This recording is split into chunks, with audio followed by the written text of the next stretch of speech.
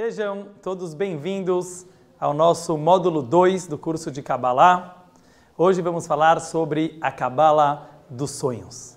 Cada um aqui já deve ter sonhado muitas vezes e não entendido aquilo que eles sonharam. E por isso vamos ver qual que é a visão judaica e principalmente cabalística dos nossos sonhos. Mas como eu costumo sempre fazer, vamos fazer algumas perguntas em relação ao ato de sonhar. E aí nós vamos conseguir entender melhor qual é a essência do sonho na nossa vida. Primeira pergunta, nós encontramos aparentemente que tem uma contradição entre a maneira religiosa de interpretar um sonho e a forma freudiana de interpretar o sonho.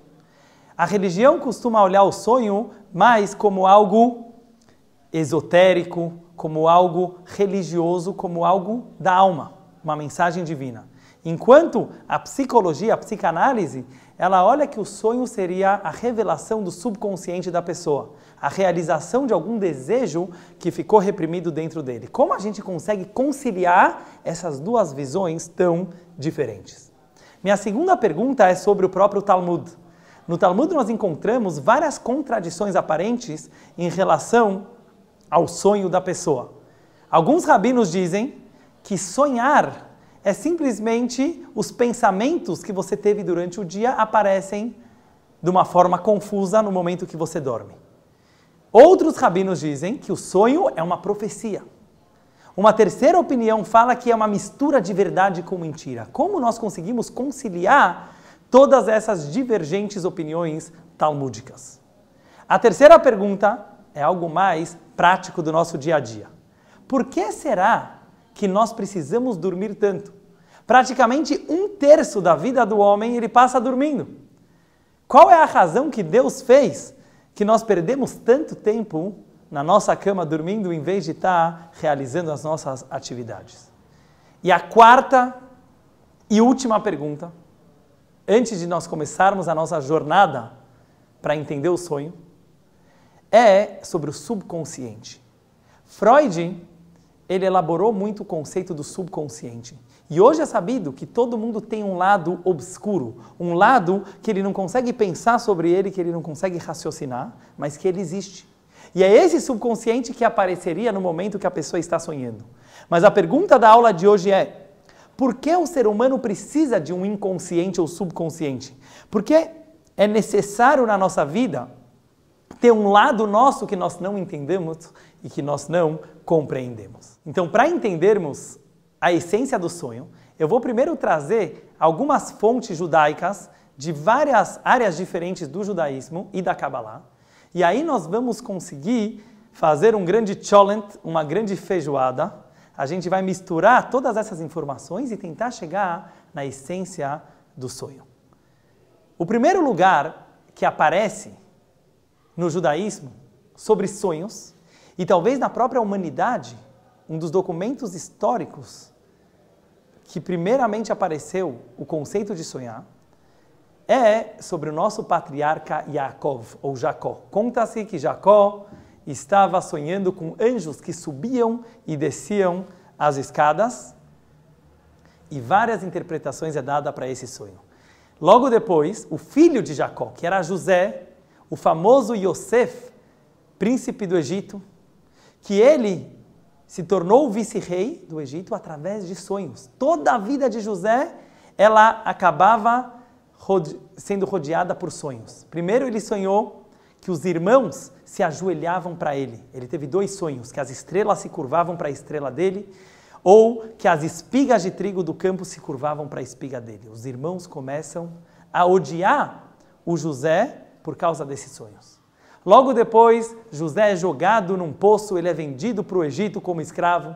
No final das contas, ele acaba sendo preso. E interpretando os sonhos do padeiro e do copeiro que se encontravam na prisão junto com ele, que um seria enforcado e o outro foi salvo, José fica famoso como um grande interpretador de sonhos. E aí ele é trazido para o faraó, que também teve 2 sonhos. Os sonhos das 7 vacas magras comendo as 7 vacas gordas, e depois das 7 espigas magras comendo 7 espigas gordas. E aí José interpreta que isso se referia aos 7 anos de pobreza e 7 anos de fartura, e ele se torna o vice-rei do Egito. Por que o sonho foi tão importante na vida de José? Porque a Torá, a Bíblia, faz questão de nos contar todos os detalhes desses sonhos. Mas aqui nós vemos como o sonho é algo muito judaico e a interpretação dos sonhos é muito importante na nossa vida. E depois nós encontramos que vários personagens da Bíblia sonhavam. E aqui eu vou contar para vocês algo muito, muito importante. Sempre que nós encontramos o conceito de profecia no judaísmo, porque o judaísmo acredita em profetas, Isaías, Zacarias, Samuel e todos os profetas do povo judeu, eu vou contar um segredo para vocês. Mesmo que a Torá conta que eles falavam com Deus, eles não falavam com Deus acordados. Eles falavam com Deus dormindo. Eles dormiam, eles sonhavam e no sonho deles aparecia Deus passando uma mensagem para eles. O único de todos os seres humanos que falou com Deus acordado, face a face, foi Moisés, o grande Moshe Rabbeinu, que nos tirou do Egito. Esse sim falou com Deus acordado. Todas as profecias do nosso povo vinham através do sonho. Por isso que o Zohar HaKadosh, o livro mestre da Kabbalah, ele fala que o sonho é a maneira de ter profecias na nossa vida. O sonho é uma profecia. Você pega no Talmud, o Talmud ele foi escrito mais ou menos há 2000 anos atrás, um pouco menos. E lá tem várias discussões em relação aos sonhos, como eu falei para vocês. Um rabino fala que sonho é tudo bobagem. Um outro rabino fala não, é igual palha com trigo. Uma parte é verdade, uma parte é mentira. Outro fala não, é tudo verdade. Eles começam a discutir. Aí o Talmud, a Gemara, que é igual ao Talmud, traz algumas histórias para a gente. Por exemplo, tem 2 rabinos muito grandes, um se chamava Abaye e o outro se chamava Rava. Eles eram rabinos contemporâneos e eles estavam sempre na sinagoga discutindo. Quem já estudou um pouco do Talmud sabe que sempre tinham 2 rabinos que eles discutiam tudo que vinha eles discutiam. Abaye e Rava. E eles tinham sonhos, os rabinos tinham muitos sonhos. Uma vez, o Abaye, agora eu não me lembro qual foi qual, mas um dos 2, sonhou e foi numa interpretadora de sonhos. Naquela época era muito na moda você ter interpretadores de sonhos. Igual hoje que você tem que ler a mão, que vê o tarô, certo? Recupera o seu amor, essas coisas que tem nos postes. Naquela época você tinha interpretadores de sonho. Então, os rabinos também, um deles foi no interpretador de sonho. Pagou. E o interpretador do sonho gostou do pagamento e interpretou tudo para o bem. Tudo que ele falava, ele interpretava positivamente. Tudo aconteceu positivo na vida daquele rabino. O outro rabino não pagou, ele queria grátis o serviço. Então o interpretador, o mesmo interpretador, falou tudo para o mal. E tudo de mal aconteceu na vida daquele rabino. Outro caso que o Talmud nos conta, é que um outro rabino, que eu não me lembro agora o nome, ele foi para 22 interpretadores de sonhos diferentes. Cada um deu uma interpretação diferente do sonho dele. As 22 aconteceram na vida do cara. Chega o Talmud na conclusão. Uma frase que é importante lembrar. Halomot acharapé. Os sonhos vão pela boca, pela interpretação. Na verdade, o sonho não é tão importante. O mais importante é o cara que interpreta o teu sonho. Porque o jeito que a pessoa interpreta o sonho, assim acaba acontecendo na vida da pessoa. E essa é a conclusão do Talmud. Depois de toda a discussão, a conclusão mais aceita é Halomot acharapé. A interpretação é o que vale no sonho. E é óbvio que os comentaristas depois querem entender isso. Por que é tão importante o que um homem chegou, ou uma mulher, e falou para você, olha, você sonhou com tal e tal coisa. Por que é tão importante a fala? Tem o Abravanel, que dá a sua explicação, tataravô do Silvio Santos. Ele fala que, na verdade, o sonho, ele fala uma coisa muito interessante. Ele fala que o sonho é uma questão espiritual. Para você trazer isso para o mundo material, precisa ser pronunciado. Se alguém não falar, não acontece nada. E por isso o Talmud fala, você sonhou com um pesadelo? Você teve um sonho ruim? Não fala para ninguém, esquece. Porque se você não falar, aquilo não se realiza. Então ele explica que por isso o interpretador é tão importante, porque o interpretador ele traz o sonho para o mundo da realidade. O Nachmanides também dá a sua opinião, e ele fala que é uma questão do poder da fala. Tem algumas pessoas que têm poderes, por exemplo, tem gente que tem poder no olhar.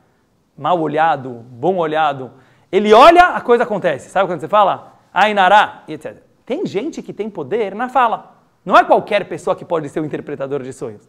Mas tem gente que o que ele fala acontece.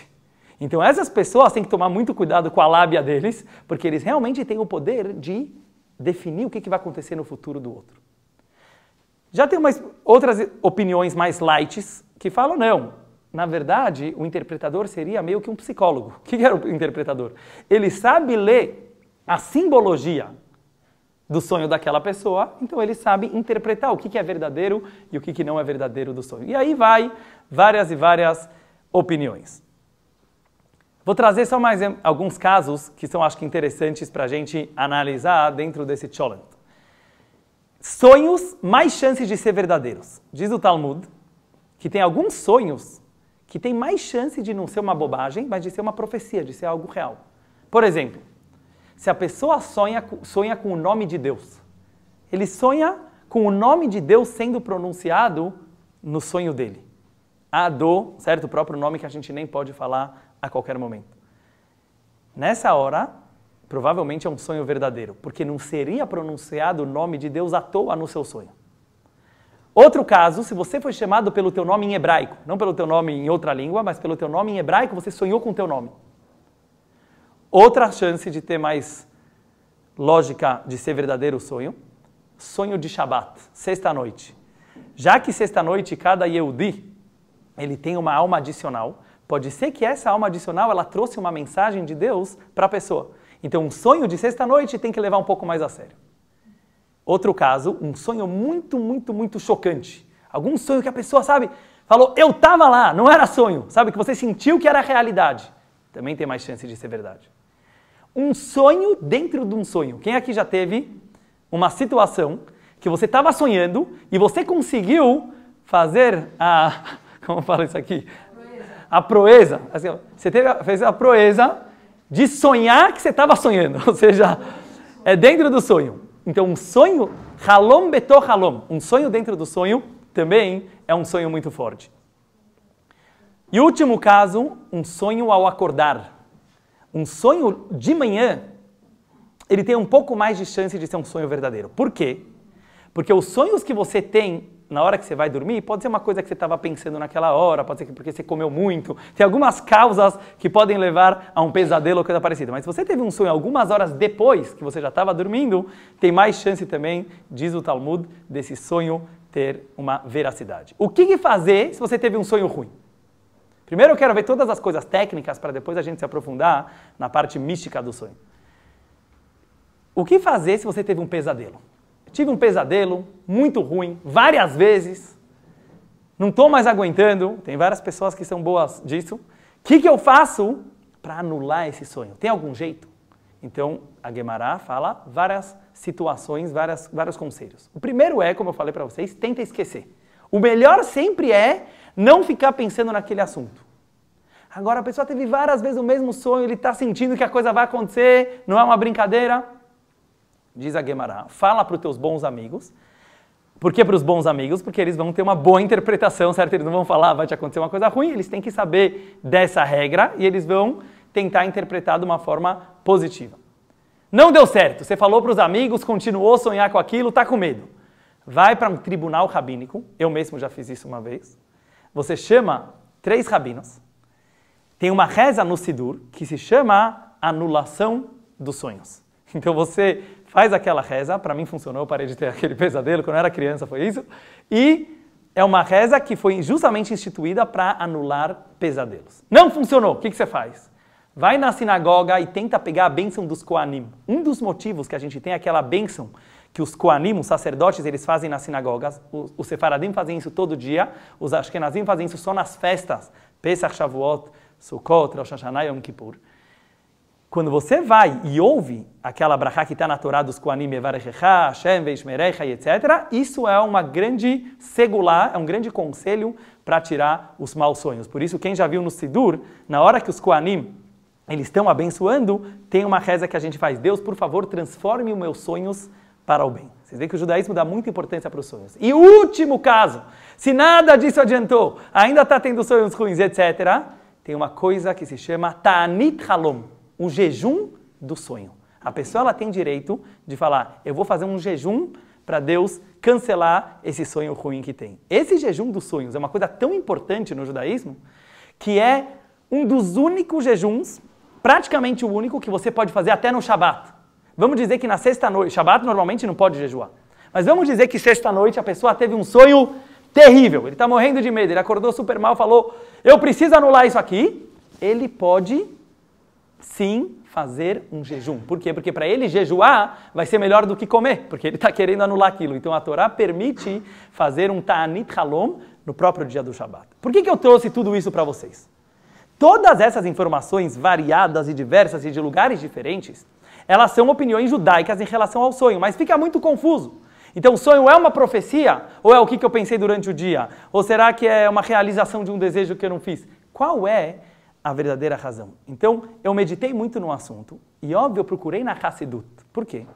A Hassidut é a maneira íntima de você entender a Kabbalah. Hoje em dia, infelizmente, tem muitas pessoas que interpretam a Kabbalah ou a Kabbalah como um mantra, certo? Eu vou ler lá umas palavras sagradas e vai dar tudo certo na minha vida. Isso não é a visão judaica. O Hassidismo ou a Hassidut, ela traz a Kabbalah de uma forma vivenciada. Não adianta você ler como um mantra, como uma autoajuda. Precisa aplicar aquele ensinamento na tua vida e você começa a entender que aquilo é muito mais íntimo e verdadeiro do que simplesmente palavras e anjos mágicos. A mesma coisa aqui. Vamos ver como a Hassidut e a Kabbalah explicam o conceito do sonho e a gente vai ver como tudo isso é conciliável e como tudo, na verdade, ajuda muito mais na nossa vida do que parece. Vamos começar, como eu fazia na primeira parte do curso, com a palavra em hebraico. Sempre a gente precisa ver a palavra em hebraico. Por quê? Porque o poder das palavras pela Kabbalah é o mais importante. Sempre por trás de um nome, sempre por trás de uma palavra, você descobre o segredo daquilo. Qual é a palavra hebraica para sonho? Alguém sabe? Halom. Muito bom. Em hebraico, em todos os lugares da Torá que aparece sonho, você chama sonho de Halom. Da onde vem Halom? Qual é a raiz da palavra Halom em hebraico? A gente encontra em outros lugares da Torá. Tahlimeini. Tahlimeini quer dizer Deus, me cure, por favor, me dê forças. Quando você fala Halom em hebraico, Halom significa cura. Olha que interessante, milhares de anos depois que a Torá chamou sonho de cura, vem Sigmund Freud e baseia toda a teoria dele baseado que a pessoa precisa sonhar. Sonho não é uma brincadeira. À noite, se a gente não sonhasse, a gente não tivesse um momento para poder desabafar, para poder liberar a energia não utilizada durante o dia, não seria saudável para a pessoa. Mais ainda, conforme a gente vai ver, se a pessoa sabe usar o sonho dele para o bem, como a psicanálise faz muito, de tentar fazer a pessoa lembrar do que ele sonhou à noite e interpretar os símbolos do sonho, isso pode ser uma cura muito maior. Então eu acho uma coisa incrível como a Torá já chamou sonho de cura. E vamos nos basear nisso para conseguir entender esse conceito. Eu sempre tento, em cada aula que a gente vai fazer do nosso curso de Kabbalah, não falar só do assunto que a gente está tratando nessa semana, mas tentar trazer pelo menos uma novidade de Kabbalah em geral. Porque aí, cada semana, a gente vai evoluir com um novo conceito que a gente não sabia, que ajuda a gente a entender as próximas aulas também. Qual é o conceito que eu vou trazer hoje para a gente entender? É o conceito que a gente vai usar. Eu queria ter uma lousa, a gente não conseguiu, mas não vai ser muito difícil. Semana que vem, se Deus quiser, eu vou trazer para vocês um papel com esse nome.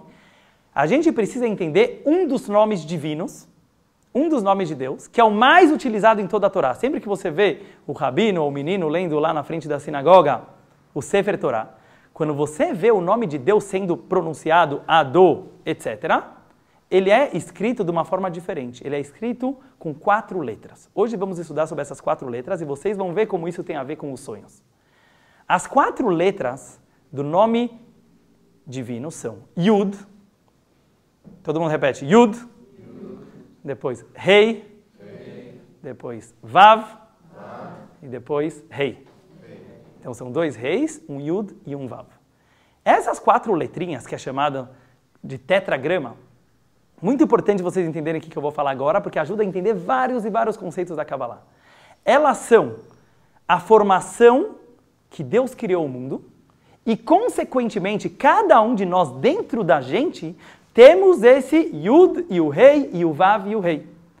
Porque quando a Torá fala no Gênesis que Deus soprou em você uma alma viva, que Deus colocou um pedacinho dele dentro de nós, é a coisa mais importante de toda a Kabbalah.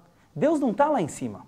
Deus não é simplesmente o rei do universo que está lá em cima e nós estamos aqui embaixo para servir ele. Qual é a novidade da Kabbalah? Qual é a novidade do Hassidismo? Que dentro de cada um de nós tem Deus. Então vamos parar de falar de Deus lá em cima e vamos começar a falar de Deus dentro de você. Quando você descobre que o poder infinito está dentro de você, você pode levar a vida de uma forma totalmente diferente. E então esse Yud, Rei, Vav, Rei, está exatamente dentro de nós. Vamos entender o que ele significa na nossa vida. O Yud, diz a Kabbalah, é o inconsciente. O Yud é aquele lado da pessoa que ele é inteligente, ele está no cérebro, mas ao mesmo tempo ele não é consciente. O que vem desse Yud? As ideias. As novas ideias. Quando a pessoa ela tem uma criatividade muito boa, quando uma pessoa ela tem boas ideias, essa pessoa você chama de Chacham. Porque esse Yud, seria muito bom eu desenhar, não dá, mas o Yud ele é um pontinho bem pequeno. O Yud, ele é Chokhmah. Todo mundo repete, Chokhmah. Depois vem o Rei. O Rei é aquela letra maior, parece uma casinha, certo? É um quadrado. Ele é o segundo passo. Qual é o segundo passo? Entendimento. Tem gente que é bom de dar novas ideias, mas ele não é bom de se aprofundar, ele não tem foco. Esse é o Rei. Rei em hebraico chama-se Binah. Todo mundo repete, Binah. Tá bom. Falamos já de Chokhmah, agora Binah. Então Chokhmah é criatividade. Binah é se aprofundar, entender melhor o assunto. Tem muita gente que é bom no Yud, tem gente que é melhor no Rei. Tem gente que é bom nos dois, mas é raro. Depois vem uma letra que é bem comprida, parece um traço, que ela se chama Vav. O Vav, ele vale em hebraico 6. Pela numerologia judaica, vale 6. Ele simboliza as 6 emoções que cada pessoa tem. Isso a gente vai trabalhar mais na aula da semana que vem, que é a Kabbalah das emoções.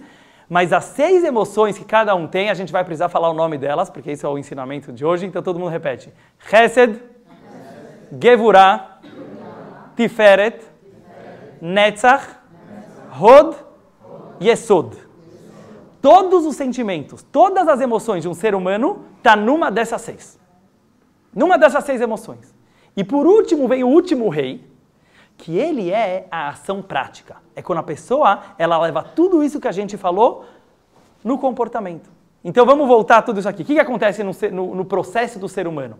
Você tem o inconsciente, do inconsciente vem as novas ideias, você medita nessa nova ideia, você começa a sentir essa nova ideia e aí você realiza ela. Esse deveria ser o comportamento normal da pessoa. Por que eu trouxe esse conceito? Pronto, já aprendemos o conceito novo, que é que cada um de nós temos Yud, Rei, Vav, Rei dentro de nós, que esse é o funcionamento natural do ser humano. Eu quero me prender hoje no Yud, porque hoje é a aula sobre sonhos. O Yud, ele está ligado com sonhos. Agora eu vou responder a uma das primeiras perguntas que a gente fez na aula de hoje. Quem me conhece sabe que eu não gosto de fazer aulas compridas, eu prefiro fazer uma aula não tão comprida, mas que a gente saia com alguma coisa. Vamos pensar agora nesse Yud. O que eu perguntei no começo? Por que precisa dormir tanto? E outra pergunta, por que precisa do subconsciente? Agora vem uma coisa super interessante sobre a natureza do ser humano. Qualquer um que analisa a nossa vida percebe que tem coisas muito lógicas na vida, mas tem coisas totalmente incompreensíveis. Tem coisas que faz sentido e tem coisas que você passa a vida inteira e você fala, cada vez eu entendo menos o que está acontecendo aqui. Principalmente no nosso mundo de hoje, talvez, com tanta confusão, quem consegue entender bem como um ser humano funciona? Tem coisas que sim, tem coisas que não. Nós mesmos, será que a gente se entende tão bem? Então o engraçado é que não é só uma das duas coisas, é as duas. Tem coisa que tem lógica, mas tem coisa que não tem lógica. Por isso, dentro de nós, a gente também tem isso. Tem o teu cérebro, tem o teu consciente, seria mais ligado com o rei, que é o Biná, que ele entende as coisas. 2 mais 2 é 4, certo? Eu fui bem na vida porque eu estudei, eu estou rico porque eu trabalhei. Esse é um tipo de pessoa. E quando o cara trabalhou e não ficou rico, certo? E quando o cara estudou e não deu certo? Quem explica isso? O subconsciente. Tem um lado nosso que ele nos liga a uma parte da vida e uma parte de nosso próprio ser que ela não é lógica. É necessário que o ser humano entenda que o principal da vida não é lógico. A lógica é apenas um dos instrumentos que a gente usa para entender algumas coisas. Nas próximas aulas a gente vai se aprofundar mais nisso. Mas tem um lado nosso que ele não é lógico, que ele é inconsciente. E por isso o ser humano, pela Kabbalah, tem um lado assim. Porque esse lado possibilita a gente se ligar na vida com a área que não é tão compreensível. A gente pode chamar isso de alma, a gente pode chamar isso de subconsciente, ou a gente pode chamar isso de Deus. Mas esse é o milagre da nossa vida, esse é o lado inconsciente. Por isso tem que dormir. Deus criou a vida de tal maneira que a gente dorme 1/3 dela, porque o sono pela Torá é super importante. É a hora que se revela o principal de você. Então, mesmo que a gente não percebe isso, óbvio, porque você está dormindo, é no sonho que acontece o principal da tua vida. Agora vamos começar a organizar aquelas informações que eu trouxe antes, totalmente variadas, e a gente vai ver que elas não são tão contraditórias assim. O que é o sonho? Tanto pela Torá, tanto pelo Freud. É o momento que se revela um lado obscuro da pessoa. É o momento que se revela a alma da pessoa. É o momento que se revela, a Torá vai chamar a parte divina e o Freud vai chamar isso do subconsciente. Mas os dois concordam que o que se revela na hora que você está dormindo é o teu lado mais profundo. Então o que vai acontecer agora? Depende de quem você é durante o dia. Se você é um super tzadik, se você é uma pessoa que se dedica à tua vida para se melhorar, para se refinar, para melhorar o mundo, com o que você vai sonhar? Com mensagens divinas, com profecias, com aquilo que Deus está querendo te contar que você não consegue entender durante o dia. Se você dedica a tua vida para confusões, certo? Para prazeres mundanos, para egoísmo, o que você vai sonhar à noite? Coisas que estão relacionadas a isso, porque é isso que você é por dentro. Então, o lado mais profundo e mais essencial da pessoa, ele aparece na hora que a pessoa está dormindo. Tinha um grande rabino, alguns séculos atrás, esqueci agora o nome dele, que ele fez um livro que ficou famoso, tem até hoje, chama Shut Min HaShamayim. Sabe o que quer dizer Shut Min HaShamayim? Sheilot Utshuvot dos céus. Perguntas e respostas que eu fiz para os céus. O que esse rabino fazia? Era um grande tzadik. Antes de dormir, ele estudava muito a Torá o dia inteiro. E tinha algumas coisas que ele não entendeu. Ele não sabia se a lei era assim, se a lei era assado. O que ele fazia? Ele fazia o Shema Israel. Antes de dormir, ele perguntava para Deus. Ele falava, Deus, por favor, me responda hoje à noite essa questão. E Deus respondia. Cada noite ele sonhava com a pergunta de Torá que ele fez antes de dormir. E ele fez um livro sobre isso. Quer dizer, ele traz na Halachá, Shut Min HaShamayim. Essas são as respostas que eu recebi dos céus. Então a gente vê que tem pessoa que sonha de verdade com aquilo que Deus está falando para ele. Vou trazer só algumas histórias interessantes que eu me lembrei agora que o judaísmo conta de sonhos. Talvez a história mais famosa judaica sobre sonhos, talvez alguns de vocês já conhecem, é do Reb Isaac da Cracóvia. Quem é o Reb Isaac da Cracóvia? Ele era um homem muito pobre, morava na Cracóvia, e ele teve um sonho. Ele sonhou que debaixo da ponte de Praga, antes de chegar no palácio do rei, tinha um tesouro enterrado. Ele ficou mega empolgado. Ele falou, sonho é bobagem, vou viajar até Praga. Segunda noite ele sonhou a mesma coisa. Terceira noite ele sonhou a mesma coisa. Ele resolveu contar para a esposa, eles eram muito pobres. Então a esposa falou, é a nossa chance, né, de virar rico. Óbvio que você vai. Ele pegou, arrumou os cavalos, viaja até Praga. Alguns dias de viagem. Quando ele chega em Praga, ele resolve cavar debaixo da ponte, mas tinha todos os guardas do rei, era totalmente proibido você atravessar aquela ponte, muito menos começar a cavar, vão achar que é um inimigo que está querendo invadir. O que ele fez? Ele esperou algum momento à noite, que foi a troca de guardas, e ele falou, agora é minha chance, vou tentar. Foi correndo, começou a cavar exatamente o lugar, a ponte era exatamente como ele sonhou. E ele cavava, nada, ele morrendo de medo que um soldado vai chegar, cavou, de repente um guarda chega atrás, segura ele e fala, pena de morte. Você está tentando invadir o palácio do rei, você vai morrer. Ele falou, por favor, me perdoa, por que eu ia estar cavando aqui? Deixa eu te explicar. Eu tive um sonho várias noites que tinha um tesouro muito grande enterrado aqui. Então era a chance da minha vida, eu vim. Naquela hora o soldado ficou super assustado. Ele vira para ele e fala, você não acredita, eu sonhei várias noites seguidas que na casa tal e tal da Cracóvia, debaixo do fogão, está enterrado um tesouro. Muito estranha essa história. Vai, vou te liberar. O cara voa para casa, era a casa dele. Ele volta para Cracóvia. Ele cava debaixo do fogão da casa dele e ele acha um tesouro milionário que alguém tinha enterrado lá. Ele ficou muito rico e ele construiu a famosa sinagoga da Cracóvia, que tem até hoje, que se chama Reb Isaac Shul. A sinagoga do Reb Isaac. Lá na parede tem essa história. Por isso que eu falo que ela ficou famosa. Cada um pode falar sonhei, não sonhei. Mas essa história ficou famosa em todas as correntes judaicas. Por que é muito estranha? Porque ele sonhou não com uma coisa totalmente verdadeira, mas foi com uma coisa que acabou levando ele para o tesouro. Então, às vezes, os sonhos não são claros, mas eles dão dicas para a pessoa. Teve uma outra história famosa de um aluno do Magid de Mezrit, que ele era o grande aluno do Baal Shem Tov, do movimento racídico. E ele teve um aluno, rabino, com peias, barba, straimo, chega para ele e fala, Rebbe, estou desesperado. O que aconteceu? Eu sempre fui um homem religioso. E meu pai, que era mais religioso ainda do que eu, está aparecendo no meu sonho, o pai dele já tinha falecido, falando para mim que eu preciso me converter para outra religião. Não pode ser verdade. O Magid respondeu, deve ser que quando foram enterrar o teu pai, aconteceu alguma coisa. Vai lá e verifica as redondezas do túmulo do teu pai. Eles foram. O filho foi com alguns amigos, ele escavou na redondeza e ele encontrou que junto com o caixão do pai, em cima do caixão do pai, tinha caído alguma idolatria, algum ídolo. E por isso o pai dele estava vindo. Desde que ele tirou aquele ídolo do túmulo do pai, ele nunca mais teve aquele sonho. Então a gente vê que às vezes vem algumas mensagens até dos antepassados no sonho daquela pessoa. Vamos voltar agora, porque eu estava explicando antes, onde eu queria chegar e com isso a gente vai finalizar nossa aula.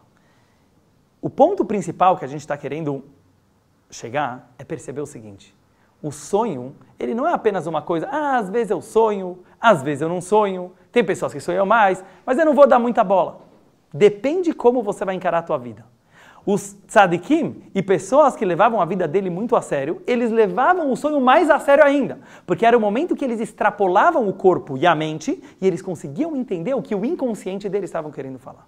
Agora, pessoas que não estão vivendo de uma forma tão profunda, é claro que eles não vão conseguir entender exatamente o que o sonho está falando. E é por isso que o Talmud fala, não, é bobagem, esquece. Por quê? Porque para a maioria do povo, não é para levar realmente tão a sério, porque não são mensagens tão divinas. Depende como a pessoa ela tem o approach, certo? Como que ele encara a vida dele como um todo. Então, com isso a gente responde as nossas perguntas, que na verdade o inconsciente ele é super importante e tem que tentar acessar isso. E o sonho é a maneira que Deus fez a vida que a gente acessa isso.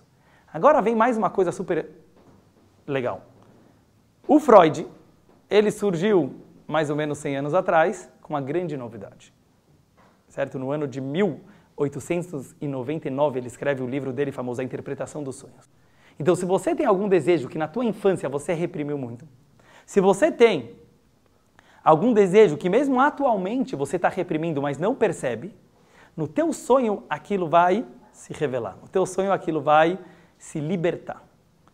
Então Freud começa a trazer várias simbologias, assim como o Talmud fez há milhares de anos atrás, falando que a simbologia é mais importante de tudo. Aquilo que você sonhou não é exatamente aquilo que você sonhou, mas tem algum símbolo por trás.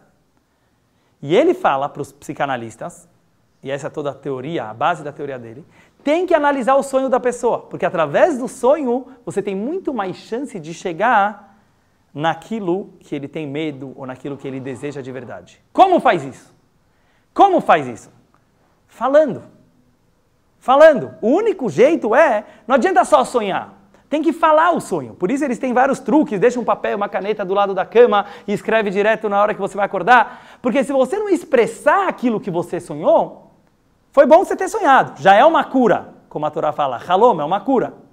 Mas se você não conseguir lembrar e falar e expressar, não vai adiantar nada. E vocês sabem que pela psicanálise, o mais importante é a análise que a própria pessoa faz do próprio sonho. Se a pessoa, por isso o psicanalista pergunta, o que você acha que é isso que você sonhou? Porque mais importante do que todos os símbolos é a interpretação sobre aquele sonho. Vamos voltar 2000 anos atrás no Talmud, a mesma coisa. Qual é a conclusão do Talmud? Halomot acharapé. Os sonhos vão atrás da interpretação. Fala o sonho. Se você não falar o sonho, não é a mesma coisa. Então, é interessante você ver como talvez já tinha uma prova dessa psicanálise da interpretação dos sonhos também nessas palavras do Talmud. Eu só quero finalizar agora a nossa aula de hoje com algo interessante que eu ouvi. Eu não sei qual é a base disso, é uma coisa até meio engraçada, só que eu acho que tudo tem um fundo de verdade, provavelmente aqui também. Quem foi o grande interpretador de sonhos do judaísmo, a gente falou? Yosef Atzadik. Como você escreve Yosef em hebraico? Yosef em hebraico você escreve com 4 letras. Yud, Vav, Samech, Fei. O que eu expliquei antes para vocês sobre o nome de Deus? O Yud é o inconsciente. Vav são as emoções. O inconsciente e as emoções, eles estão muito ligados um com o outro. Eles pulam o rei, o Yud e o Vav, porque o rei é o consciente. A gente percebe na nossa vida que quem é aquele que expressa mais o inconsciente? As emoções. Às vezes você é uma pessoa que está mais conturbada, às vezes você é uma pessoa que está mais confusa, e você não sabe explicar por que você está assim. A tua mente, o teu consciente, o rei, ele não consegue entender por que o Vav está se comportando assim. Quem consegue entender o Vav? O Yud. O inconsciente ele está muito mais ligado com as emoções do que com a razão. E por isso é muito mais importante para alguém que quer resolver as emoções dele, às vezes não é uma questão intelectual, é uma questão do subconsciente. Então o Yud e o Vav, eles estão ligados com o conceito do sonho. Samech Fei é iniciais de Sigmund Freud. Certo? Sigmund Freud.